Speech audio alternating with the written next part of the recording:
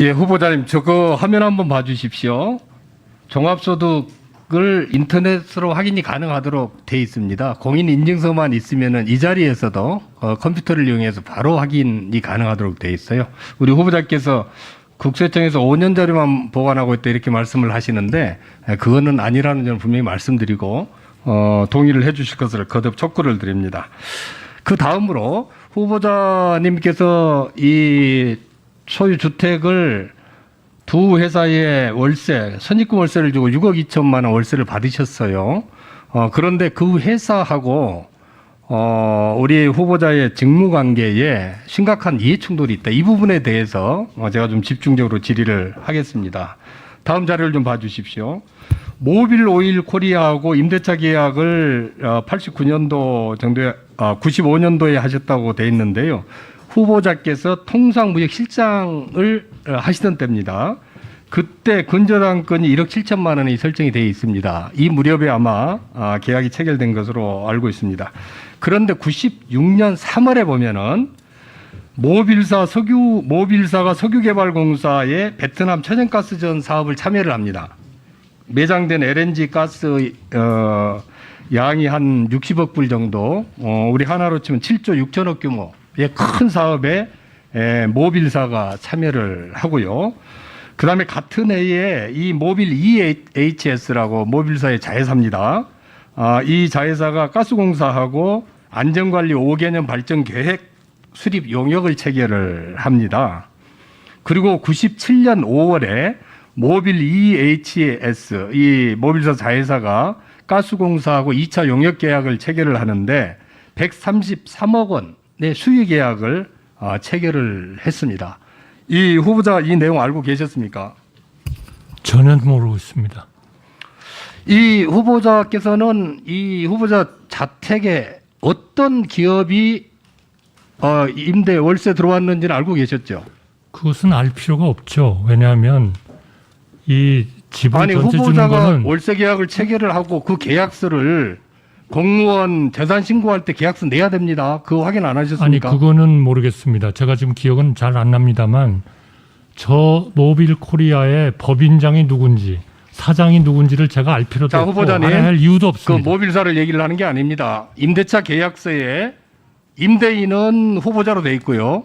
네. 임차인은 이 회사로 돼 있습니다. 네. 그리고 이 계약서를 후보자가 공직에 있을 때 재산 등록하지 않습니까? 네. 그때 이 계약서 신고해야 됩니다. 그걸 모르셨습니까? 그러니까 제가 아마 신고는 했겠죠. 그래가지고 얼마 정도를 받았다는 것도 신고를 했을 거고요. 신고를 했는데 거기에 어느 따라서 회사였는지는 거기에 따라서 종합소득세를 다 냈을 겁니다. 신고를 했는데 어느 회사였는지는 지금 모르겠다는 이 말씀이신가요? 저는 기억이 안 나요. 기억이 안 난다. 네, 수십 년 전 거를 기억날 수도 없고. 자, 이 회사들이요. 우선 저 사람의 저 프로젝트에 대해서는 후보자님, 이 저는 회사들이 들어본 적도 없어요. 후보자님, 이 회사들이 네. 후보자가 차관으로 재직할 때 통상산업부 거기 관련된 산하기관의 공기업들하고 엄청난 특혜를 받아가지고 큰 그거는 사업권을 좀 저하고는 따냈어요. 아무 상관이 없는 얘기죠. 자, 그러면은 그리고 그게 특혜인지 아닌지도 지금 의원님께서 후보자께서는 내 집을 임차해서 들어온 이 기업들이 내가 공직으로 있는 이 산하기관에 특혜를 받고 있는데 그런 일이 없도록 당연히 관리를 하셔야 되는 거 아닙니까? 중개소를 통해서 집을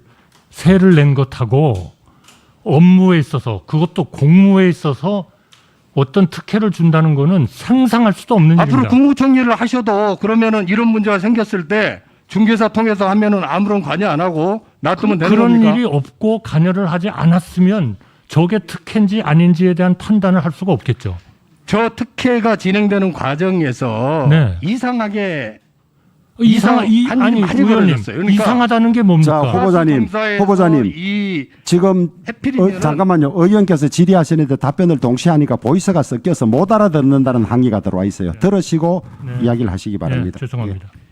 해필이면은 그 후보자 집에 세입자로 들어온 그 기업들이 후보자가 차관으로 있는 통상산업부, 산하 공기업들, 가스공사, 석유공사 이런 데서 온갖 특혜를 받았는데 그거를 본인이 모르고 있었다. 중개업자를 통해서 했기 때문에 나는 상관이 없다. 이건 너무 무책임한 말씀 아니신가요? 그거는 지금 의원님들께서 국민들한테 아주 이상한 인상을 지금 심어주고 계시는 겁니다.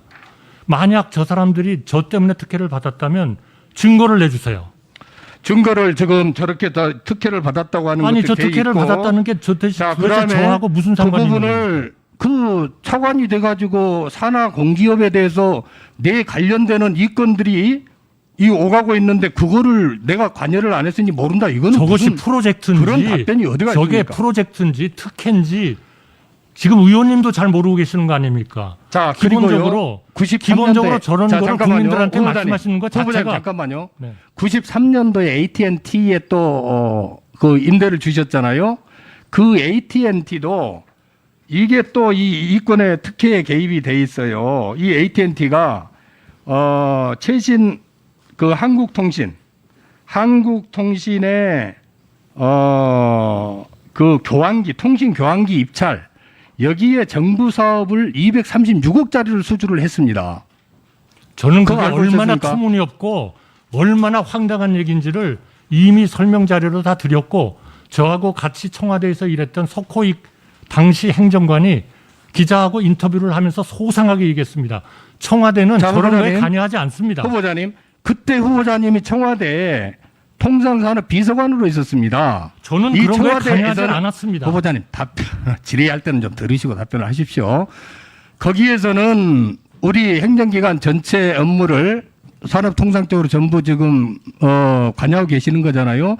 이런 상황에서 외국 기업이 국내에 진출을 하면서 그것도 후보자의 집에 세입자로 들어온 기업이 이런 특혜를 받고 있는데 도대체 공직자로서 그 부분을 관리를 안 했다고 하는 거는 그거 일부러 관리를 안 한 걸로밖에 비춰지지가 않습니다. 어떻게 생각합니까? 제가 저거를 그 사람을 안다든지 만나본 적이 있다든지 그 프로젝트에 대해서 제가 구체적인 프로젝트에 대해서 관여를 했다든지 그러면 제가 의원님 말씀에 조금이라도 생각을 드릴 수가 있겠습니다. 그러나 저는 만나본 적도 없고 저런 프로젝트가 진행되는지 알지도 못했고 또 저하고 같이 일했던 석호익 행정관이 당시에 청와대의 일은 자, 후보자님. 새로이 김영삼 정부가 출발해가지고 자, 후보자님. 정말 자, 좀 그 간단히 답변을 해주세요. 시간이 없지 않습니까? 아니 그러니까 터무니없다는 자, 후보자님. 말씀을 드립니다. 터무니없다. 자, 후보자님, 이 집은 다른 사람의 집이 아닙니다. 후보자 본인 소유 집입니다. 그리고 본인 소유 집을 관계되는 회사에 임대를 내준 거예요. 그러면은 저도 공직을 해봤습니다만은 혹시라도 이 저하고 연관된 이 세입자가 이상한 짓을 할지 안 할지 수시로 관리를 하면서 자기 관리를 해야 되는 겁니다. 그런데 후보자께서는 부동산 중개업소에서 소개한 거기 때문에 나는 아무런 관계가 없다.